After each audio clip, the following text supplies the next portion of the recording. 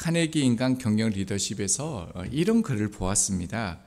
인간이란 어떤 면에서 자전거와 같다. 자전거는 오로지 앞을 향해 전진하고 있을 때만 균형과 평형을 유지한다라고 했습니다. 인간은 본질적으로 목표를 추구하며 사는 존재라는 것입니다. 사람은 그러고 보면 누구나 인생의 목표를 가지고 있습니다. 그 목표가 분명한 사람일수록이요, 열정이 있고요, 때론 고난과 어려움을 만날 때 도전하는 것을 우리가 봅니다. 그러나 목표를 가지고 있는 것보다 더 중요한 것은 어떤 목표를 가지고 있느냐 하는 것입니다. 본문은 우리 그리스도인, 예수 그리스도를 따르는 이들이 어떠한 목표를 가지고 살아야 하는지를 바울을 통해서 잘 보여줍니다. 빌립보서는 바울이 로마의 그 감옥에서 빌립보 교회 사람들에게 보낸 편지입니다. 당시 빌립보 교인들은 두 가지 위험, 도전을 받고 있었는데요. 3장 1절에서 9절에 보면은 율법주의자들에 대한 도전이 먼저 있었습니다. 율법주의는 하나님 말씀보다 율법을 더 높게 두는 것입니다. 두 번째는요, 이와 반대인데요. 17절에서 21절을 보면 자유주의에 대한 도전이 있었습니다. 이것은 아예 하나님의 말씀과 상관없는 삶을 사는 것입니다. 그 사이에 있는 것이 오늘 본문인데, 그리스도인들이 이런 세상 속에서 어떻게 살아야 되는지, 어떤 목표를 가져야 되는지를 말씀하고 있습니다. 우리 10절, 11절입니다. 내가 그리스도와 그 부활의 권능과 그 고난의 참여함을 알고자 하여 그의 죽으심을 본받아 어떻게 해서든지 죽은 자 가운데서 부활에 이르려 하노니. 우리 믿는 자에게요, 가장 중요한 단어가 나오죠. 그리스도의 부활. 이 단어보다 우리 기독교에서 중요한 단어가 있을까요? 바울은 이 사실을요, 10절을 보면 알고자 하여라고 말하고 있습니다. 기노스코라는 우리가 잘 아는 단어이죠. 지식적인 단어를 말하는 것이 아니라 체험적인, 인격적인 관계를 말하는 것입니다. 요즘에 저녁에 하율이랑 상담 아닌 대화를 합니다. 첫째 딸인데 하율이가 그런 말을 합니다. 아빠, 하나님이 살아 계시는 것 같은데 말씀대로 잘 안 살아진다고. 예수님을 잘 믿고 싶은데 어떻게 하면 좋겠냐고 묻습니다. 진짜 그 마음인지 아니면 작은 교회 모임을 너무 열심히 해서 하는지, 어쨌든 예수님에 대해서 알고자 하는 그 모습이 참 보기 좋았습니다. 오늘 본문의 말씀도 똑같습니다. 바울이 그리스도와요, 부활을 몰라서 더 알고 싶다라고 말하는 게 아닙니다. 그리스도를 더 깊이 알아가고자 하는 그 삶을 나타내는 것입니다. 주님에 대한 그 마음을 더 깊이 알고 싶고, 주님과 더 함께하고 싶고, 주님을 더 사랑하고 싶은 마음을요, 알고자 하여 이렇게 표현한 것입니다. 그래서 바울은요, 그냥 부활이라고 해도 되는데 그렇게 쓰지 않고요, 부활의 권능이라는 단어를 썼습니다. 권능은 힘, 권력, 뭐 이런 뜻을 가지고 있죠. 당시 로마의 그 힘과 권력은요, 로마 자체였습니다. 로마 자체가 힘이고 권력이었습니다. 온 세상 사람들은 로마의 이름 앞에 굴복합니다. 로마가요, 그 시대를 움직여가는 힘이고 권력이었습니다. 그래서 바울은요, 이런 시대 앞에서 의도적으로 부활이라는 단어만 쓰지 않고요, 부활의 권능이다라는 이 단어를 썼습니다. 그러니까 세상 사람들은 로마의 이름 앞에, 황제의 이름 앞에 굴복하고 그 힘에 의지하여서 살아가지만, 바울이 뭐라고 얘기하는 겁니까? 나의 힘은, 나의 권력은, 나의 의지는 예수 그리스도다. 이렇게 세상 앞에 고백하고 말하는 것입니다. 물론 바울도요, 처음부터 부활의 권능의 삶의 그 목표를 가지고 인생을 산 것은 아닙니다. 분명 그는요, 세상을 향해서 목표를 가지고 그 누구보다도 성공적인 삶을 향하여 나아갔습니다. 그러나 지금 바울은요, 그리스도만을 목표로 삼고 있습니다. 이것이 그리스도를 향한 믿음의 현재성이지요. 그래서 12절을 보면요, 바울은 나는 이것을 이미 얻은 것도 아니다, 온전히 이루었다 함도 아니다 라고 얘기합니다.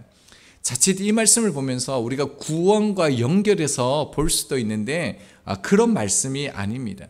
분명히 바울은요, 구원에 대해서 내가 확신한다라고 그렇게 말합니다. 그러니까 이 말은 어떤 의미냐면요, 내가 그리스도를 아직 다 알지 못한다는 겁니다. 더 깊이 예수 그리스도를 알고자 하는 그리스도를 향한 열망을 말하는 것입니다. 참 의아하지 않습니까? 사도 바울이 누굽니까? 소아시아, 유럽, 로마에까지 복음을 전하고 개척하였습니다. 그리고 그가 행한 모든 업적을 다 내려놓고서도요, 신약 27권 중에서 13권이 바울의 서신입니다. 거의 절반을 차지합니다. 이것만 봐도요, 바울이 차지하는 위상을 알 수 있습니다. 그리스도와 어떤 관계를 살았는지, 어떻게 그리스도를 따랐는지를 잘 알고 있습니다. 그런데도 사도 바울은요, 아직 다 이루지 못했다라고 얘기합니다. 예수님을 잘 알지 못한다고 얘기합니다. 이런 말이 있잖아요. 배고프다. 예수님에 대해서 더 열망하고 예수님이 아직도 배고프다, 미완성이다, 이렇게 말하고 있다는 것입니다. 그래서 바울은요, 부활을 통해서 완성된 것을 보여주신 예수 그리스도께서 나를 사로잡으셨으므로 나는 주님을 향하여 갈망하면서 사모하면서 달려가고 있다. 그 부활의 권능이신 예수 그리스도를 더 알아가야만 한다라고 말하고 있다는 것입니다. 자, 그러면서 13절에 사도 바울은요, 오직 한 일 때문에 뒤에 있는 모든 것을 잊어버리고 앞에 있는 오직 한 일을 얻기 위해서 달려간다라고 얘기하고 있습니다. 뒤에 있는 것은 무엇입니까? 사도 바울의 과거이죠. 예수 그리스도를 핍박하는 것도 있고요, 유대인의 특권도 있고요, 그리고 자신이 이루어 놓은 일들인데 앞에 있는 그 오직 한 일 때문에 뒤에 있는 그 모든 것을 버린다는 겁니다. 내려놓는다는 겁니다. 자, 그렇다면요, 앞에 있는 오직 한 일, 원띵이라 그랬죠. 이게 뭘까요? 디모데후서 4장 7절입니다. 나는 선한 싸움을 싸우고 나의 달려갈 길을 마치고 믿음을 지켰으니 라고 말합니다. 이 말씀은 사도 바울이 마지막 순간에요, 죽기 전에 유언과 같이 말한 그 말씀이 이 본문입니다. 바울은요, 믿음을 지켰다라고 얘기합니다. 지켰다라는 것은 보호하다, 보존하다, 이런 뜻이 있습니다. 자, 사도 바울이 마지막 그 죽음의 순간까지 그가 지키고 보존한 게 무엇입니까? 오직 한 가지 일은요, 예수 그리스도였다는 겁니다. 다메섹에서 그는 예수 그리스도를 만나게 되어집니다. 예수 그리스도를 깊이 만난 사도 바울은요, 그때부터 예수님께 붙잡힌 자로요, 예수님이 인도하시는 대로 믿음으로 살아냈습니다. 비록 고난이 있었고요, 고통이 있었지만 주님을 향한 마음이 꺾이지 않았습니다. 자, 주님을 향한 이 마음을 꺾이지 않고 어떻게 믿음으로 살아갈 수 있었을까요? 그것을 우리 가운데 보여줍니다. 14절입니다. 표대를 향하여 그리스도 예수 안에서 하나님이 위에서 부르신 부름의 상을 위하여 달려가노라. 분명한 표대를 가지고 있었기 때문에 예수 그리스도를 향하여 나갈 수 있었다라고 말하고 있습니다. 표대는요, 망을 보는 사람이 멀리 어떤 사물을 고정하여서 바라보는 어떤 목표 지점과 같은 것을 표대라고 얘기하고 있습니다. 자, 바울의 표대가 무엇이겠습니까? 3장 전체를 보면요, 한마디로 사도 바울의 표대는 예수 그리스도라는 거죠. 예수 그리스도를 온전히 아는 것이었습니다. 예수님으로 사도 바울은 충만하기를 원했습니다. 자, 그런데 여기서 중요한 한 가지가 우리 가운데 나타나는데요. 그것은 뭐냐면 이 표대의 설정은요, 우리가 한 것이 아니다라는 겁니다. 이 표대의 설정은요, 수동태로 되어져 있습니다. 그러니까 그리스도께서 먼저 사도 바울을 붙잡아 주셨다라는 거예요. 주님이 사도 바울을 부르셨기 때문에 사도 바울은 그 부르심에 반응하고 있는 거예요. 놓치지 않고 그리스도를 향하여 달려갔다라고 말하고 있습니다. 그래서 사도 바울의 서신서를 보면 공통적으로 나타나는 그 단어가 있는데요. 달려갔다라는 단어, 쫓아갔다는 이 표현을 계속적으로 반복하고 있습니다. 이 달려가다는 이 단어, 이 쫓아가다는 이 단어는요, 당시에 운동 경기에서 사용되어지는 단어였습니다. 현재 그 최단 달리기 그 거리는 100m이죠. 당시에는 200m였다라고 얘기합니다. 100m를 달릴 때요, 선수들이 몇 번 숨을 쉬겠습니까? 100m 달리기 할 때요. 제 같은 경우에는 한 100번 정도 숨 쉬면서 달릴 것 같은데요. 선수들은 100m를 달리기 할 때 한 번도 숨을 쉬지 않는다라고 얘기합니다. 단번에 100m를 달려간다라고 얘기합니다. 한 번에 모든 힘을 집중해서 폭발하는 것이죠. 결승점을 향해서요, 뒤도 돌아보지 않고 전심전력으로 달려간다는 겁니다.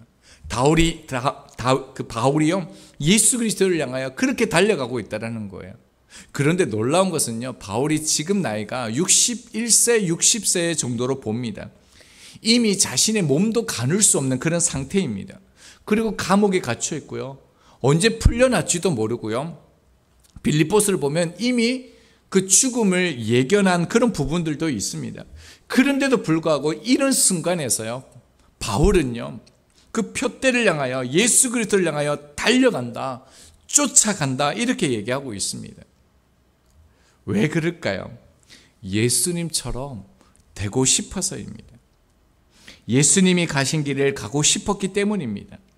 그리고 예수님이 죽으신 십자가에 자기도 죽고 예수님이 부활하신 그 능력을 자기도 체험하기를 원했기 때문입니다. 자, 이 말을 하고 난 다음에 이제 바울은요, 이제 정반대로 예수 그리스도를 쫓아가지 않는 이들에 대해서 말합니다. 자, 15절을 보면요, 누구든지 우리 온전히 이룬 자들은 이렇게 생각할지니 만일 어떤 일에 너희가 달리 생각하면 하나님이 이것도 너희에게 나타내시라라고 얘기합니다. 온전히 이룬 자들은요, 소위 온전히 이루었다라고 오해하는 사람들을 뜻합니다. 사도 바울은 고린도전서 10장 12절에요, 그런즉 선줄로 생각하는 자는 넘어질까 조심하라라고 경고하고 있습니다. 즉 무엇이냐면요, 그리스도를 향하여 달려가지 않고 쫓아가지 않고 그뿐만 아니라 그리스도의 삶을 살지도 않으면서 그리스도와 상관없는 삶을 살면서도 자기가 그리스도인이라고 착각하는 이들에 대해서 경고하는 말씀입니다. 동일하게 저희가 믿음이 제대로 섰다고 생각할 때 그때 조심해야 합니다. 그래서 바울은 마지막으로요, 이렇게 말합니다. 16절입니다. 오직 우리가 어디까지 이르렀든지 그대로 행할 것이라.